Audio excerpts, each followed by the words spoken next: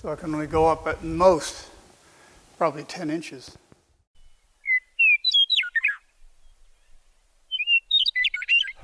Welcome back to Made by J&D. The project continues. I'm going to get the chassis up off the ground, and it's now too short for these arms to, the arms on the lift don't telescope in far enough, because it was probably never meant to have something this short on it. But at the moment, I can at least move the chassis forward and back fairly easily. I'll get this up off the ground. What I want to do is weld on the back and put on the shock mounts. Okay, the rear wheels have to come off because that's where the shock mounts go.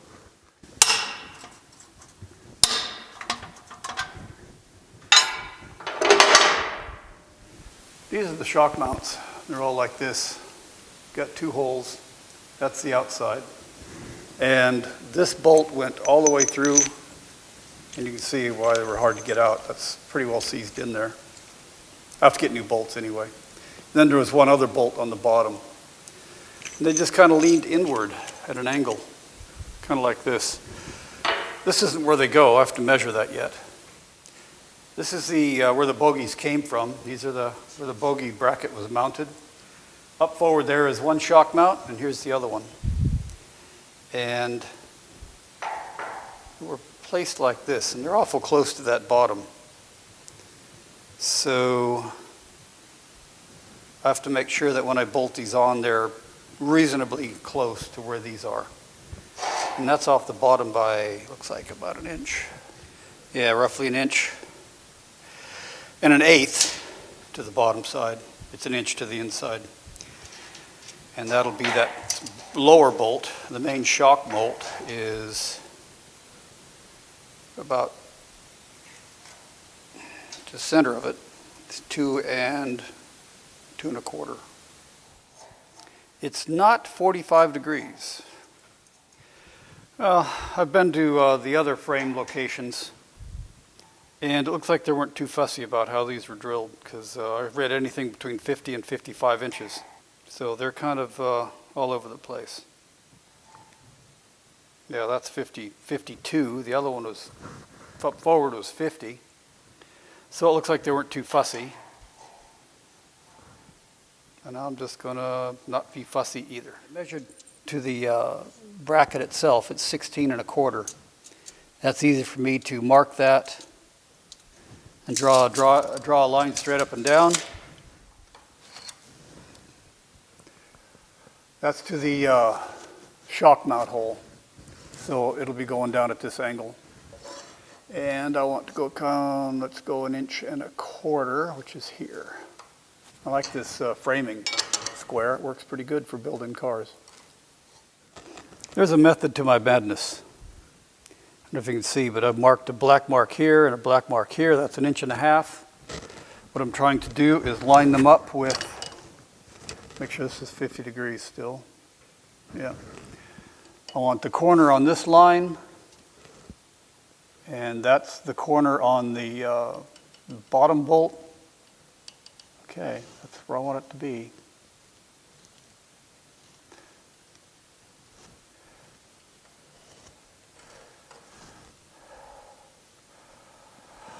Okay, now theoretically, that should line up with this. And I think they do.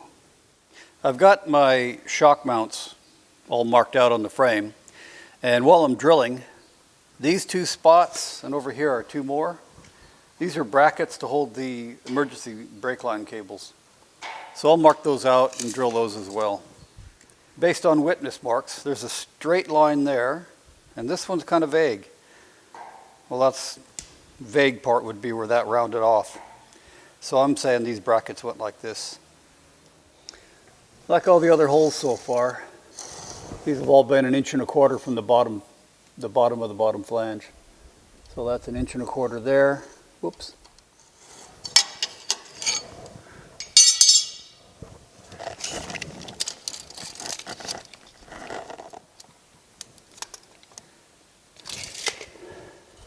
Okay, that should line up. But here's an interesting thing. that strikes. This bracket hits here.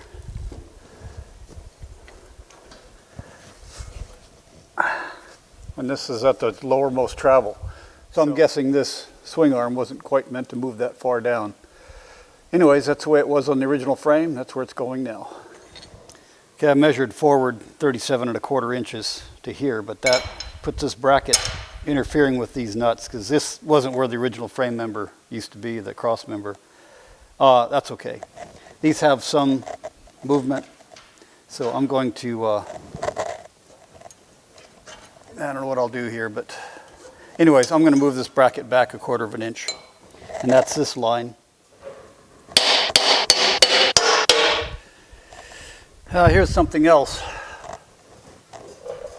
When I had sliced this, because I'm going to make this taper up, I had neglected to allow for this to be mounted here. I can't taper from here. I have to taper from about here.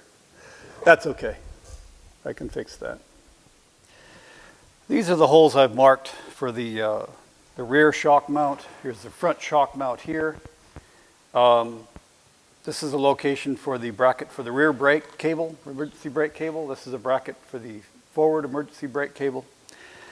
Now I understand that these used to be 1/2 inch. There's this one here. They go continue on back in a zigzag pattern. Here, here. There's another one here. Then you had the bogies.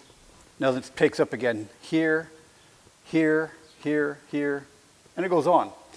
The thing is, and this is a double thickness frame, and those bolts were holding those together. Well, they don't need to be 1/2 inch anymore. This one's a 9/16 because that's the shock mount for the rear wheel. Shock mount for the front wheel's up here, another 9/16. But all the rest of these can all be 3/8 because that's the bolt that came out of this one. This is the bracket that held the cable for the emergency brake cable for the rear wheel. That's only a 3/8. So I'm going to replace all these brackets with 3/8 bolts. That's a 9/16 bolt. That'll be where the shock mounts. And this is a 1/2 inch. And I was saying before I didn't really think this needed to be 1/2 inch, but you know, it just makes sense. Why not? So yeah, I'll drill the bottom bolts are 1/2 inch on all 4 of these, and the top bolts will be the 9/16.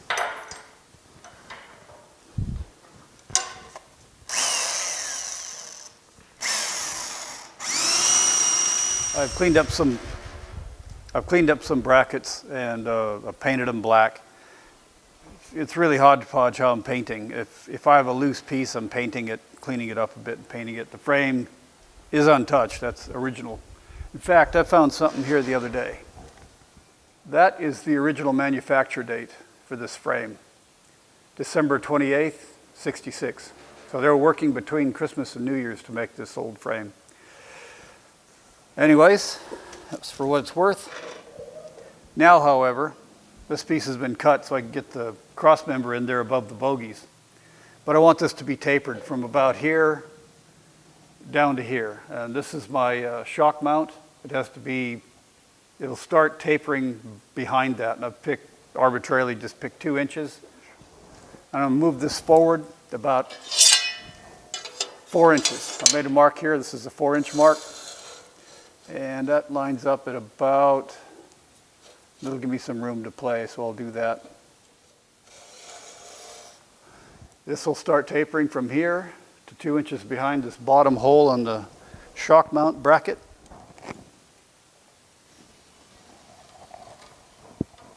And that'll be my taper.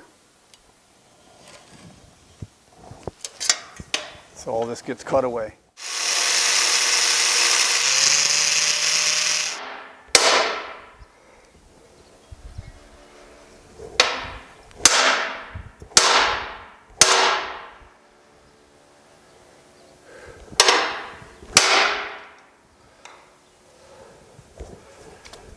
I think that'll do. That looks pretty nice. What I will do is I have to prep this weld, make sure it's lined up here. The flange wanted to swing around like this, so I've got to make sure that I start here and weld out and then realign it. probably get it lined up to about here, and then by that point, it's sticking out over here, so I'll have to weld to about here and then adjust. But yeah, I have to kind of make a V joint here for a good weld. And I'll do it on the other side, and this part will be done too. Moving a lot faster than I expected.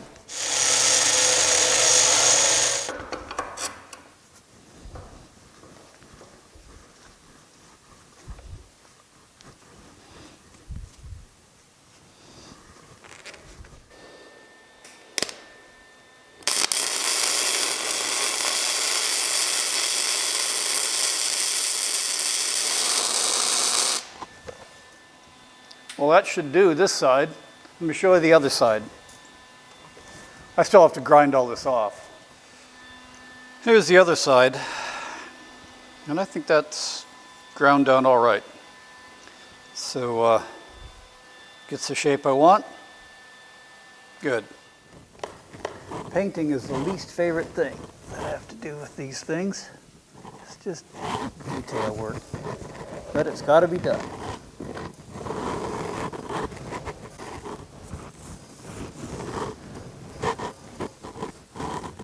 Let's see how well I did drilling holes for these shock brackets. There's the old bolt.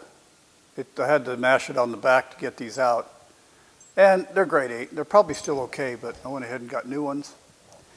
Part of the reason is, again, the frame is a little bit thicker. This is a 3 1/4 inch bolt, and that's a 3 1/2.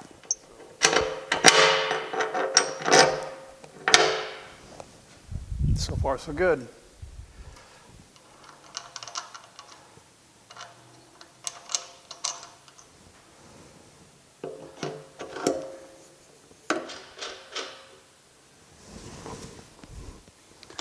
Okay, 3 more just like that one.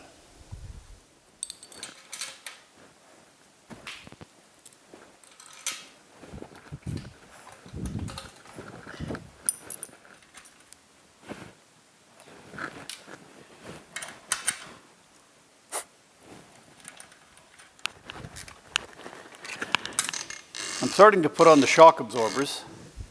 All the bolts are lining up fine. The thing is, these bolts on the lower part have to come out in order to get everything to line up.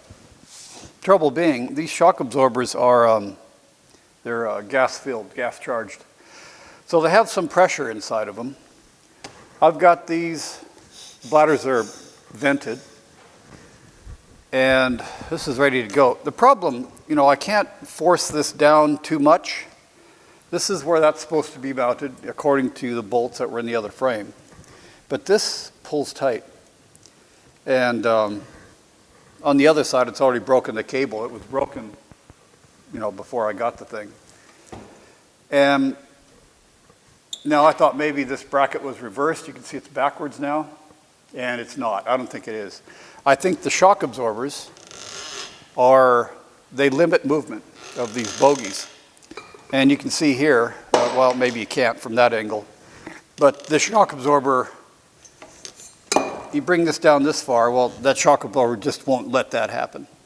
There's just no way that's going to let that happen. So, okay, shock absorbers are the limit. If they weren't gas charged, it wouldn't be a problem. But the way it is, I tried to use a clamp like this. I can only screw it in so far, and it was just too hard to do. What I'm going to do is get the gantry crane, tie onto the bogies on whatever side I'm trying to mount, and I'll lift this up using the crane. And I've got the frame, I've got jacks front and rear so it doesn't, pull the frame up. The last operation for the rear end here is to put the 4 bolts in. 2 on this side, 2 on the other, that bolt this bogie bracket into that cross member.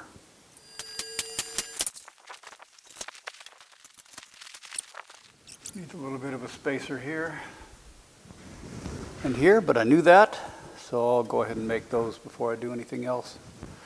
I'll have to drill these too, because the whole brackets have moved out because of the thickness of that frame. Is that much wider. It's already got some red lead on it, or red rust preventative, oxide red. That's a little bit thin, but that's fine. And on the other side, I think I have to bash that one in there because it's a little bit thinner, a little bit less of a gap there.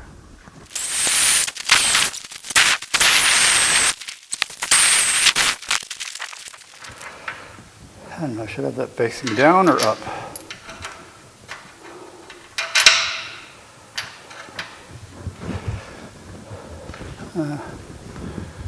I think this is made to have an exhaust pipe go through it. And that bolt would interfere. However, I can cut the bolts off. I don't think I'll do that. I want the heads where they can get damaged, not the nuts. According to my research, these half-inch grade 8, they're 90 foot-pounds maximum. So I'll work up to that. Go about halfway first. That's already 45 foot-pounds.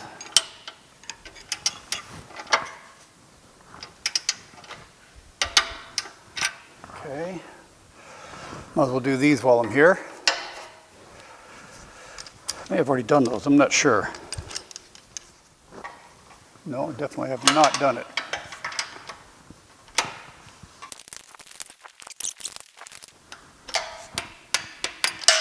Okay, now we go to 90.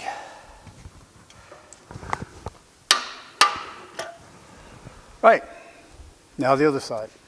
So where are we now? The shock absorbers are on the bogies. The bogies are bolted to the frame. The bolts are all torqued to 90 foot-pounds. The front subframe's bolted to up there, 90 foot-pounds. I've got basic small little bracketry on there. I'm going to lower it now and get the rear wheels on. And then I have to get the cab in here. And how do I work with that cab? It really doesn't have any lifting points. I could use, I know I got it off with the lift before, but I can just go up and down. I can't go forward, backward, side, side. Well, the gantry crane can. And I still have that problem. I don't know how to pick up on the cab yet. I might have to, I don't know, make up some, there's going to be some holes or something that exist on that cab that I hope are just, you know, through sheet metal that are strong enough to support it. And I'll try to work out a lifting points and also a spreader bar that allows me to adjust it because, you know, I don't know how it's going to be forward heavy or whatever.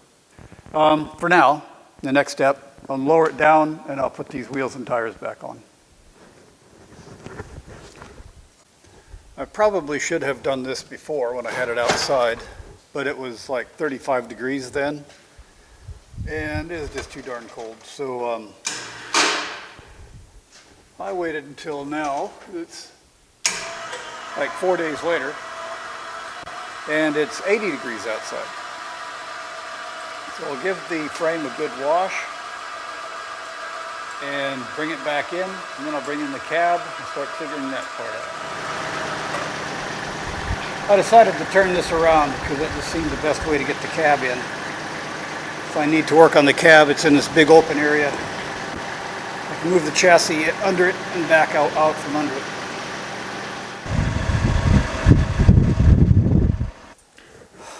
Well, here's the cab. I just got to figure out how to pick it up off the ground. I'm sure there's some pretty strong mounting points underneath where the footboards are. And I think these handles, they're big, so I think I'll be able to hook here and hook there. I just got to come with a spreader bar across the top, and that spreader bar I'll lift with the hook, and I can slide the hook back and forth on that spreader bar to get it balanced, sort of. Okay, first step, let's get the gantry crane over. Okay. It's a good starting point. This thing moves easy when it wants to. This is a bit of 2 3/8 oil field tubing. Lots of oil fields around here. So yeah, I was using this for fence posts, but this 10-foot bit is just long enough to be this spreader bar for this. I'm hoping that the cab isn't so heavy that it bends it, but I just don't think so. So I will trial lifting this over the top of the cab. My concern is I have to be able to lift it high enough to get over that chassis. So this strap is too long.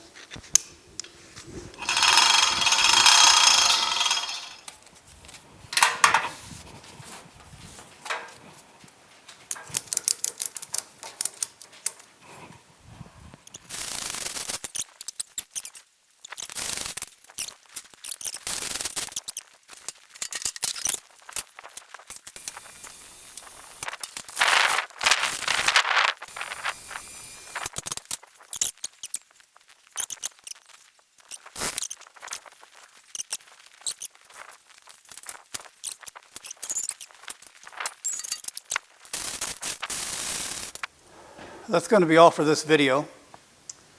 Thanks for tuning in. If you subscribed, thank you very much. If you returned as a subscriber, thank you very, very much. And I'll see you in the next video.